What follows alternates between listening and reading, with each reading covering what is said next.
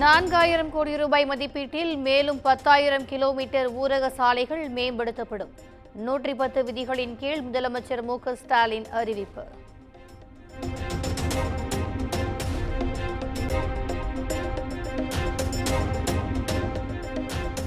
முன்னாள் முதலமைச்சர் கருணாநிதியின் பிறந்த நாளான ஜூன் 3ஆம் தேதி செம்மொழி நாளாக கொண்டாடப்படும்.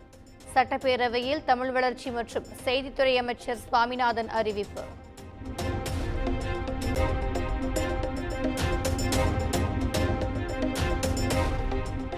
தமிழ்நாட்டில் அரசு சட்டக்கல்லூரிகளில் சட்டத்தமிழ் என்ற பாடத்திட்டம் அறிமுகம் செய்யப்படும்.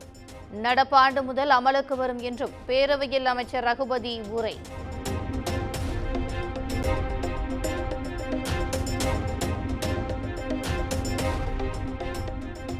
கள்ளக்குறிச்சியில் கள்ளச்சாராயம் அருந்தி உயிரிழந்தோரின் எண்ணிக்கை 60ஆக உயர்வு. பலி எண்ணிக்கை மேலும் அதிகரிக்க வாய்ப்புள்ளதால் உறவினர்கள் அச்சம்.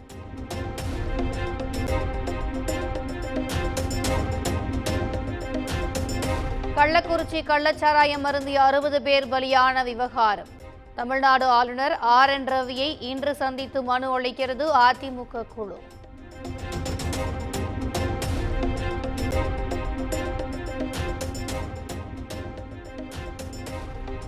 குலதெய்வ வழிபாட்டை தடை செய்ய வேண்டும் என ஆளுநர் RN ரவி தெரிவிக்கவில்லை. தவறான தகவல்களை பரப்பும் நபர்கள் மீது நடவடிக்கை எடுக்க வேண்டும் என ஆளுநர் மாளிகை வலியுறுத்தல்.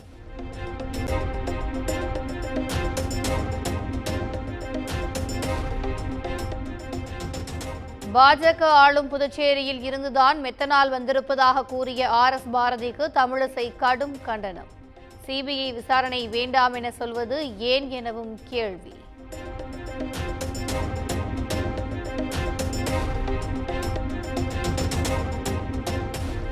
கள்ளச்சாராயத்தின் புகலிடமே புதுச்சேரிதான். கள்ளச்சாராய விவகாரத்தில் பாஜக இரட்டை வேடம் போடுவதாக புதுச்சேரி முன்னாள் முதலமைச்சர் நாராயணசாமி குற்றச்சாட்டு.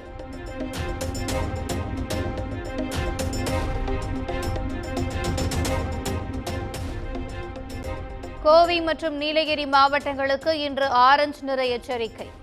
2 மாவட்டங்களிலும் கன முதல் மிக கனமழைக்கு வாய்ப்புள்ளதாக வானிலை ஆய்வு மையம் தகவல்.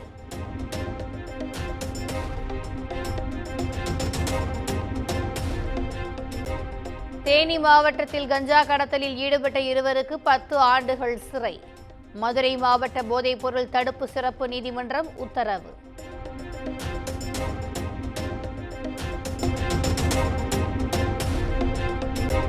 சென்னை மதுரவாயலில் குடிபோதையில் தகராறு செய்த மூத்த மகனை கொலை செய்த விவகாரம். தந்தை மகன் உட்பட 6 பேரை கைது செய்து போலீசார் விசாரணை.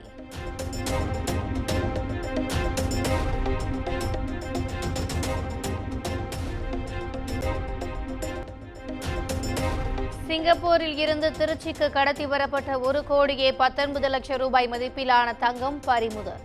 கட்டிங் மிஷினில் மறைத்து வைத்து கொண்டு வந்த நபரை கைது செய்து சுங்கத்துறை விசாரணை.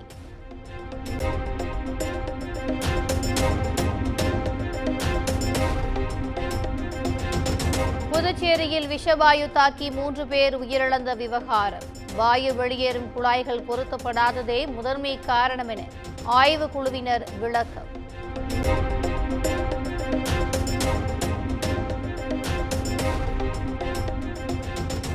கரூரில் கோயிலில் யாகம் வளர்த்த போது புகை வெளியேறி பக்தர்களை தேனீக்கள் கொட்டியதால் பரபரப்பு.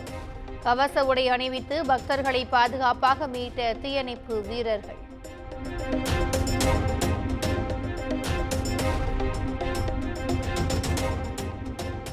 அரியலூர் மாவட்டம் அம்பாபூரில் சாதியின் பெயரில் இருந்த தெருவுக்கு அப்துல் கலாம் என பெயர் மாற்றம். கிராம சபை கூட்டத்தில் கோரிக்கை வைத்து மாற்றிய இளைஞர்களுக்கு குவியும் பாராட்டு.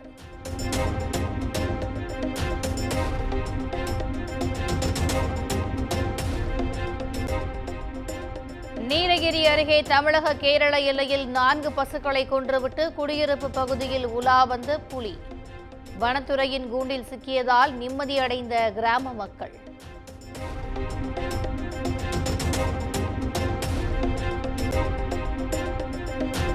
மயிலாடுதுறையில் திருமண அழைப்பிதழ் கொடுப்பது போல நடித்து 50 சவரன் நகை 15 லட்சம் ரூபாய் பணம் கொள்ளை. கட்டட ஒப்பந்ததாரர் வீட்டில் கைவரிசையை காட்டிய மர்ம கும்பலுக்கு போலீசார் வலைவீச்சு.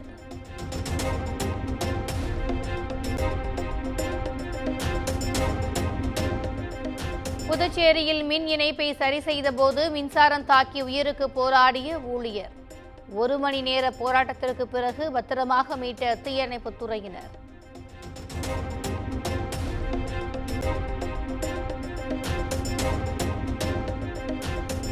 ஜோலார்பேட்டை அருகே சாலை ஓர புளிய மரத்தின் மீது அரசு பேருந்து மோதியதில் 18 பேர் காயம். செல்போன் பேசியபடி பேருந்தை இயக்கியதாக பயணிகள் குற்றச்சாட்டு.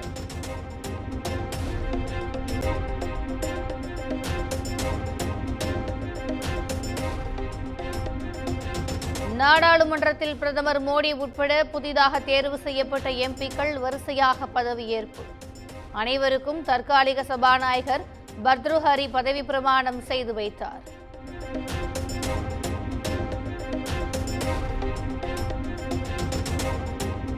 எமர்ஜென்சி அமல்படுத்தப்பட்ட ஜூன் 25ஆம் தேதி இந்திய அரசியலில் கருப்பு நாள் என மோடி விமர்சனம். 3வது ஆட்சியில் மும்மடங்கு வேகத்துடன் பணியாற்றுவோம் என மோடி உறுதி.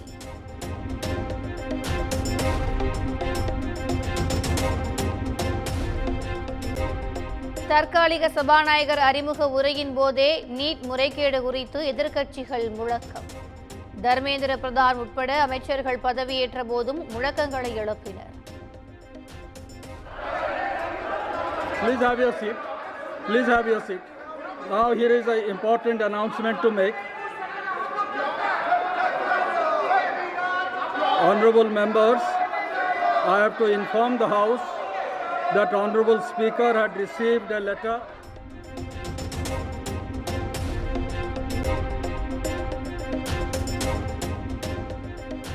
நீட் தேர்வு முறைகேடு, வடகிழக்கு மாநிலங்களின் வெள்ளம், மணிப்பூர் குறித்து பிரதமர் மோடி ஏன் பேசவில்லை? எமர்ஜென்சி காலத்தை விமர்சித்த பிரதமரின் கருத்துக்கு காங்கிரஸ் தலைவர் மல்லிகார்ஜுன கார்கே பதிலடி.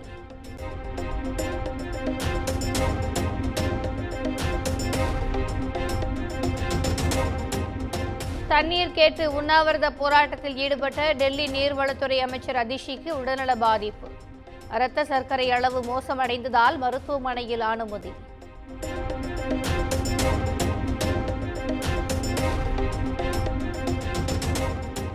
நீட் முறைகேடு தொடர்பாக குஜராத்தில் சிபிஐ விசாரணை தொடக்கம். கோத்ராவில் உள்ள மையங்களில் அதிகாரிகள் தீவிர விசாரணை.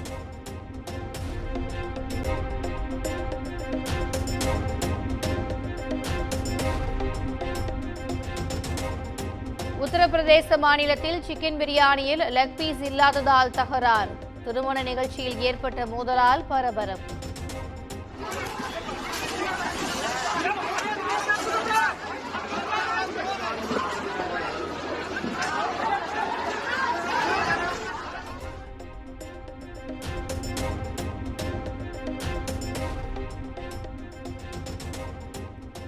நீட் தேர்வை ரத்து செய்ய கோரி பிரதமர் மோடிக்கு மேற்கு வங்க முதலமைச்சர் மம்தா பானர்ஜி கடிதம். மாநிலங்களே மருத்துவ மாணவர் சேர்க்கையை நடத்தும் பழைய நடைமுறையை மீண்டும் கொண்டுவர வேண்டும் எனவும் வலியுறுத்தல்.